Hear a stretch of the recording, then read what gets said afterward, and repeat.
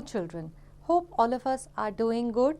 The topic that we will study today is nutrition in animals, and the things we will learn are nutrition in animals, nutrition in humans and nutrition in grass eating animals. In previous chapter we studied how plants obtain their nutrition, but do the animals obtain their nutrition in the same way as the plants do? Do animals perform any process like photosynthesis to obtain their nutrition? The answer is no. Animals cannot do so. They totally depend on plants for their food. They obtain their food from plants in two ways. The first is the direct way in which they eat plants. The second way is indirect, in which they eat animals that eat plants. Here in this chapter we will discuss more about animals nutrition. तो जितने भी प्रकार के animals हैं उनको खाना कहाँ से मिलता है? दो तरीकों से, या तो वो प्लांट्स को खाते हैं जो अपना खाना खुद बनाते हैं, या फिर वो उन एनिमल्स को खाते हैं जो कि प्लांट्स खाते हैं। तो यानी इसका मतलब क्या हुआ कि डायरेक्टली या फिर इनडायरेक्टली जितने भी एनिमल्स हैं वो प्लांट्स पे डिपेंडेंट हैं अपने खाने की नीड के लिए। So let us look at nutrition in animals. So nutrition in animals is the process of obtaining food, mode of intake of food and its utilization to obtain energy for the growth and development. तो animals में जो nutrition है ये वो process है जिससे कि इनको खाना मिलता है, यानी कि ये खाना खाते हैं, फिर इस खाए हुए खाने को यूज़ करते हैं कि इनको एनर्जी मिल सके अपनी ग्रोथ और डेवलपमेंट के लिए। So in an animal the process of nutrition involves 5 stages. First is ingestion. जिस तरीके से एनिमल की बॉडी के अंदर बाहर से खाना लिया जाता है उसे इंजेशन कहा जाता है। Next is digestion. ये वो प्रोसेस है जिसमें कि जो बॉडी के अंदर खाना ले लिया गया है वो खाने को ब्रेक डाउन होता है ताकि उसके जो सिंपलर सब्सटेंसेस हैं वो बॉडी को मिल सकें। Then next is absorption. अब डाइजेशन के बाद जो खाने के हमें सिंपल न्यूट्रिएंट्स बॉडी के अंदर मिले हैं जिन्हें कि सॉल्यूबल न्यूट्रिएंट्स कहा जाता है, या जो डाइजेस्टेड फूड होता है वो बॉडी के अलग अलग सेल्स तक पहुंचता है और सेल्स उसे अब्जॉर्ब करते हैं, अपने अंदर लेते हैं। Then comes the process of assimilation. इस प्रोसेस में जो कॉम्प्लेक्स सब्सटेंसेस हैं जैसे कि प्रोटीन्स, इनको सिंपलर फॉर्म में कन्वर्ट करके बॉडी के अंदर अब्जॉर्ब किया जाता है, इसको असिमिलेशन कहते हैं। लास्ट स्टेप होता है इजेशन। जो खाने के अंदर अनडाइजेस्टेड फूड मटेरियल है या जो भी कुछ वेस्ट बना है उसको जो बॉडी से बाहर निकाला जाता है इसे इजेशन कहते हैं। Now let us look at nutrition in humans. So the process of nutrition is complex in humans.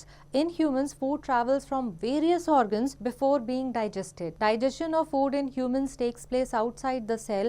Thus, digestion in humans is called extracellular. तो human beings के अंदर जो पूरा nutrition का process है वो बहुत ही complex है। खाना जो है अलग अलग organs में से होकर के निकलता है और उसका फिर digestion होता है। जो digestion है वो cell के बाहर होता है, इसलिए ह्यूमंस के अंदर जो डाइजेशन है उसको एक्स्ट्रा सेल्यूलर भी कहा जाता है। Now let us look at digestion in human beings. The organs of human beings that participate in the process of digestion form digestive system. The digestive system of a human being is divided into two parts, alimentary canal and digestive glands. तो जो human beings के अंदर जो digestion होता है, जो उसमें organs use होते हैं वो पूरे मिलकर के क्या बनाते हैं? Digestive system. और जो डाइजेस्टिव सिस्टम है वो दो पार्ट्स में डिवाइडेड है, एलिमेंट्री कनाल और digestive glands. So let us begin with the elementary kanal. Now it is a long, continuous and muscular tube consisting of organs of different shapes and sizes. It is open at both the ends and it has the following parts. एक लंबी सी muscular tube है जिसमें कि बहुत सारे organs भी हैं connected जो कि अलग अलग शेप और साइजेस के हैं, और दोनों एंड पे ट्यूब की ओपनिंग है. So we will begin with the mouth or buccal cavity ingestion. The ingestion of food occurs in mouth or buccal cavity.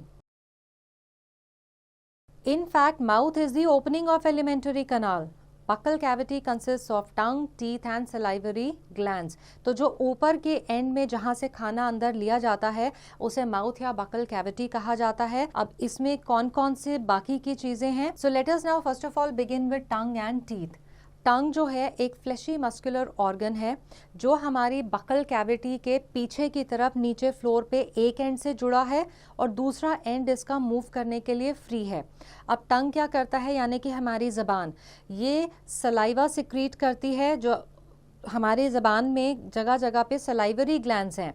अब ये जो सलाइवा इनमें से निकलता है ये फूड के साथ मिक्स हो जाता है और फूड को स्वॉलो करने में यानी कि निगलने में हमें हेल्प करता है।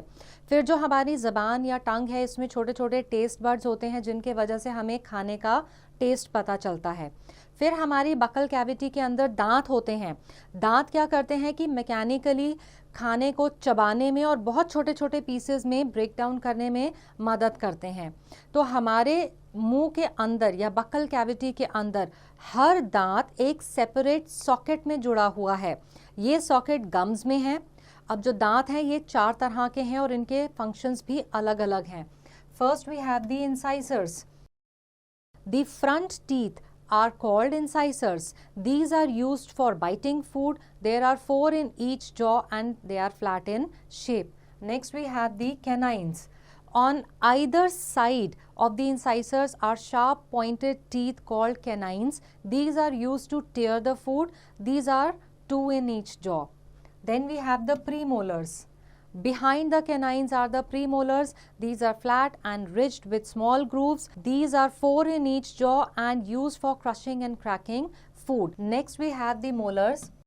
Behind the premolars are the molars. These are flat and wide. These are 6 in each jaw and used for grinding and chewing food. तो ये 4 तरह के हमारे मुंह यानी कि बकल कैविटी के अंदर दांत होते हैं जो आप इन इमेजेस में देख सकते हैं और इनके अलग अलग फंक्शंस हैं। Now think, which taste will you not be able to identify if you burn your tongue from the tip? अब जो खाना मुंह के अंदर यानी कि बकल कैविटी के अंदर लिया जाता है उसे दांतों से चबाया जाता है। इसी टाइम पर सलाइवा जिसमें कि बहुत सारे डाइजेस्टिव एंजाइम्स होते हैं ये हमारे सलाइवरी ग्लैंड से रिलीज होता है। ये हमारे खाने में मिक्स हो जाता है ज़बान की मदद से। इससे क्या होता है कि हमारे मुंह के अंदर जो खाना है वो पेस्ट की फॉर्म में कन्वर्ट हो जाता है और स्वॉलो करने में यानी कि निगलने में आसान हो जाता है। इन फैक्ट खाने की डाइजेशन जो है वो मुंह यानी कि बकल कैविटी में जब उसके अंदर सलाइवा मिक्स होता है वहीं से शुरू हो जाती है, क्योंकि जो सलाइवा है वो खाने में प्रेजेंट स्टार्च को सिंपल शुगर्स में कन्वर्ट करता है।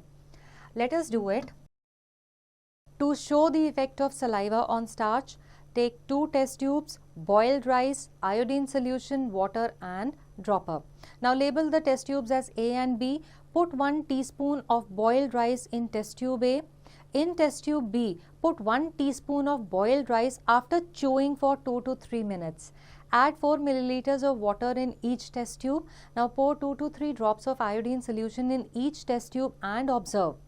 The content of test tube A turn into dark blue-black color, while content of test tube B shows no difference.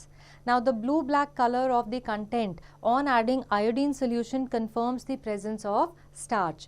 So since test tube B has chewed rice in which saliva is present, therefore saliva converted starch into sugar. Due to this, there is no change of color on adding iodine solution. Now it is a fact, oral care is the practice of keeping the mouth and teeth clean. If we do not clean our mouth properly, bits of food left over on the teeth, they invite harmful bacteria. Now these bacteria attack the sugar present in food and form a yellow film on teeth called plaque. If plaque is not removed, it produces acid that dissolves the tooth enamel, leading to little holes or cavities in the teeth. Now this brings about tooth decay.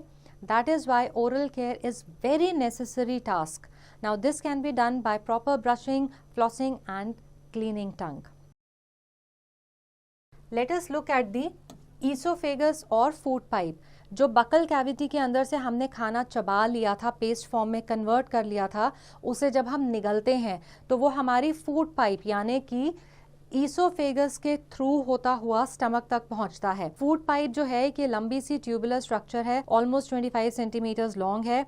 ये हमारी नेक और chest में से होती हुई stomach तक पहुंचती है। फूड पाइप की जो वॉल के मसल्स हैं ये कॉन्ट्रैक्ट और रिलैक्स करते हैं, जिसकी वजह से जो भी खाना या लिक्विड है वो हमारे स्टमक तक यानी कि पेट तक पहुंचता है। ये जो कॉन्ट्रैक्शन और रिलैक्सेशन की मूवमेंट है फूड पाइप की, इसको पेरिस्टाल्सिस कहा जाता है। Next we have the stomach. Stomach एक जे शेप का मोटी वॉल वाला पाउच है जो कि हमारे एब्डोमेन में लेफ्ट साइड में लोकेटेड होता है। It is the widest part of the alimentary canal and is about 30 centimetres long. The capacity of the stomach of an adult is about 2 litres. अब स्टमक की जो अंदर की लाइनिंग है वो डाइजेस्टिव जूसेस को या एंजाइम्स को सिक्रीट करती है, साथ ही ये हाइड्रोक्लोरिक एसिड भी सिक्रीट करती है। अब इन एंजाइम्स और हाइड्रोक्लोरिक एसिड की मदद से खाने की डाइजेशन होती है और इसमें जो एसिड होता है वो क्या करता है कि खाने के अंदर जो भी बैक्टीरिया होता है वो उसको किल कर देता है, मार देता है।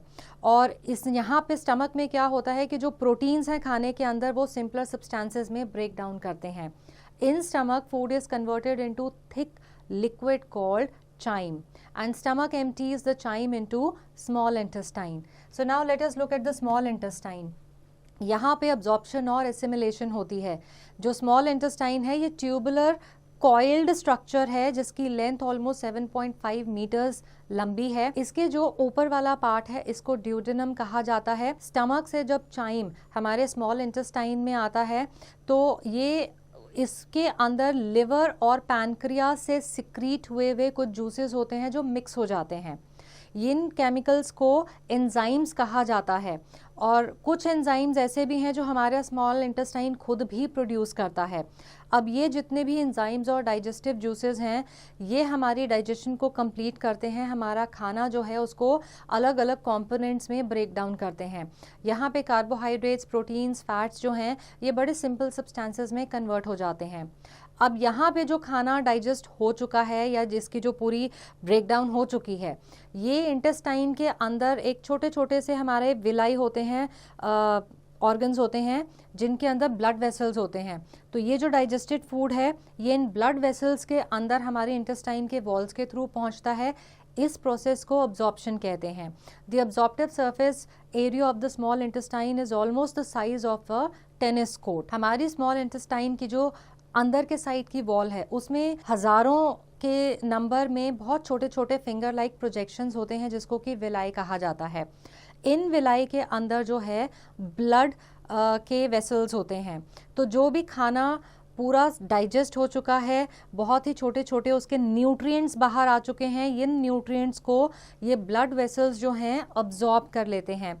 फिर ये जो ब्लड है बॉडी के अलग अलग हिस्सों में जाता है और जो न्यूट्रिएंट्स जैसे कि एमिनो एसिड्स हैं या जो भी ग्लूकोज वगैरह ब्रेक डाउन करे थे उन सब को ये ब्लड जो है बॉडी के अलग अलग हिस्सों तक पहुंचाता है, वहाँ वो सेल्स अंदर अपने लेते हैं। इस पूरे प्रोसेस को एसिमिलेशन कहा जाता है। अब जो अनडाइजेस्टेड और अनअब्जॉर्ब्ड फूड होता है पानी के साथ वो उसके बाद फिर लार्ज इंटेस्टाइन में पहुंचता है। Now it is a fact alcohol is directly absorbed by the stomach and carried by blood stream straight to the brain.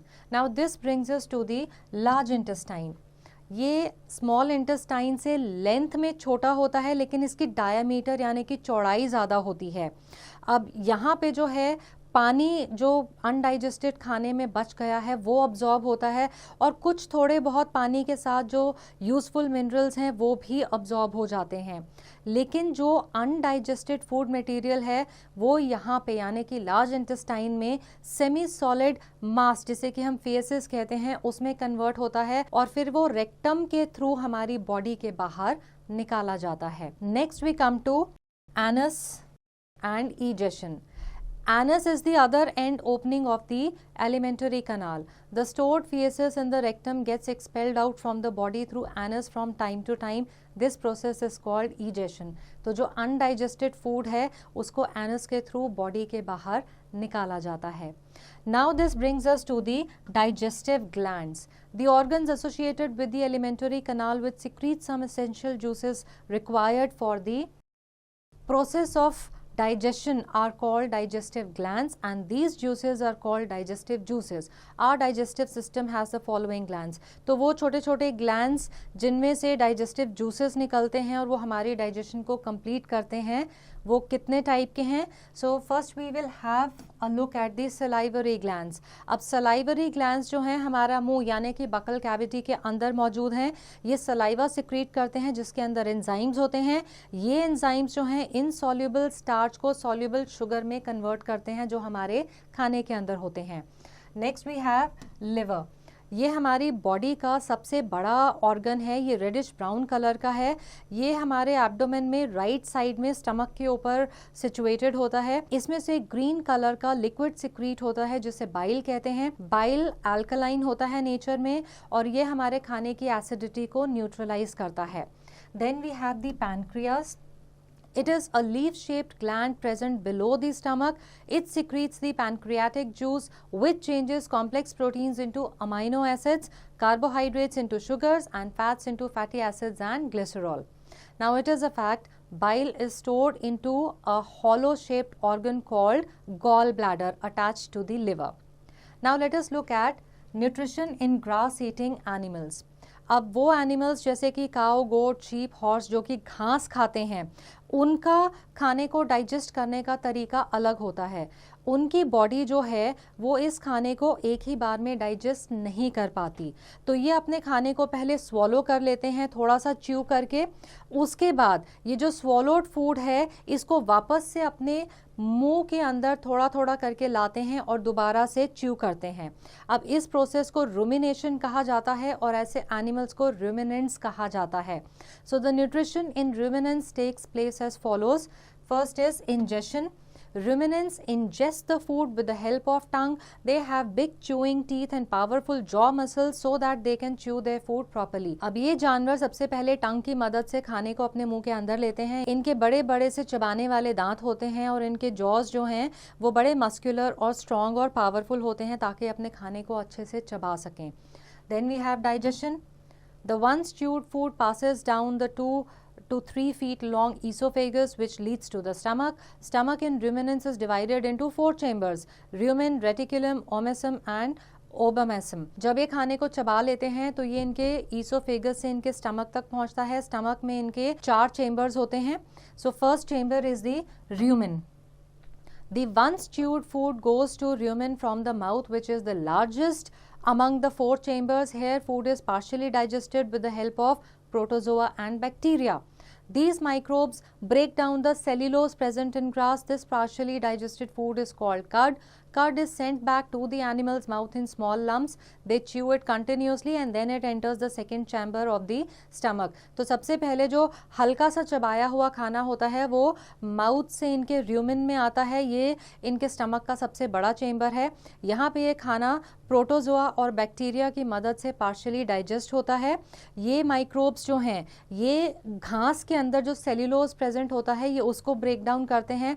अब ये जो पार्शियली डाइजेस्टेड खाना है जिसे कड कहा जाता है ये छोटे छोटे हिस्सों में वापस से मुंह में भेजा जाता है जहाँ पे फिर इसको प्रॉपरली बहुत देर तक च्यू या करा जाता है यानी कि चबाया जाता है और फिर ये वापस से अंदर स्वॉलो करते हैं तो ये स्टमक के दूसरे हिस्से में या चेंबर में पहुंचता है। Then we have the reticulum. यहाँ पे और ज़्यादा डाइजेशन होती है क्योंकि इस चेंबर में और ज़्यादा बैक्टीरिया हैं। यहाँ से जो खाना है वो फिर स्टमक के 3rd चेंबर में पास किया जाता है विच इज़ ओमेसम। यहाँ पे खाना और ज़्यादा डाइजेस्ट किया जाता है और खाने के अंदर का जितना भी एक्सेस वाटर है वो अब्जॉर्ब हो जाता है। Then we have abomasums. Now at last it enters the 4th chamber, abomasums, which is the true stomach. Here enzymes act upon the food and digestion progresses further. Now let us look at absorption. Absorption जो है वो stomach में नहीं होती, वो main absorption इन animals की small intestines में होती है। तो स्टमक से जब स्मॉल इंटेस्टाइन में खाना आता है तो उसमें थोड़े डाइजेस्टिव जूसेस ऐड हो जाते हैं। जो रुमिनेंट्स हैं इन एनिमल्स में स्मॉल इंटेस्टाइन और लार्ज इंटेस्टाइन के बीच में एक सैक लाइक स्ट्रक्चर है जिसे कि सेकम कहा जाता है। यहाँ पे खाने के अंदर जो सेल्यूलोज प्रेजेंट है वो डाइजेस्ट होता है। ये जो सेल्यूलोज है ये ह्यूमन बींग्स में नहीं पाया जाता। जो अनडाइजेस्टेड फूड है वो फिर लार्ज इंटेस्टाइन में भेजा जाता है जहाँ पे वाटर अब्जॉर्ब हो जाता है और जो अनडाइजेस्टेड फूड है उसके बाद वो निकाला जाता है बाहर। So then we have the egestion. The undigested food is eliminated through rectum as feces. Now it is a fact, in 1822, a Canadian man, Alexis Stephen Martin, was badly hit by a bullet which had seriously damaged his chest wall and made a hole in his stomach. Now, he was under the treatment of an American Army doctor, William Beaumont. The patient was saved, but the hole was not healed properly. Now, the doctor observed the working of the stomach through this hole. He extracted and analyzed stomach contents at various stages of digestion. He observed that the end of the stomach opens into the intestine only after the digestion of the food inside the stomach is completed. Now, let us take a quick recap. The process of obtaining food, mode of intake of food and its utilization to obtain energy for the growth and development is called nutrition. Animal nutrition include the following 5 stages: ingestion, digestion, absorption, assimilation and egestion. Now, the mode of obtaining nutrition is different in different animals. Amoeba ingests its food with the help of its false feet or pseudopodia. The food is digested with the food vacuole. Human digestive system is divided into 2 parts: alimentary canal and digestive glands. Alimentary canal consists of the following organs: buccal cavity, esophagus, stomach, small intestine, large intestine and anus. Buccal cavity consists of tongue, teeth and salivary glands. Salivary glands, liver and pancreas are the digestive glands. Grass-eating animals are called ruminants. Ruminants have a 4-chambered stomach which consists of rumen, reticulum, omasum and abomasums. So I hope that this chapter is clear to all, and answering questions based on this chapter will now be easy.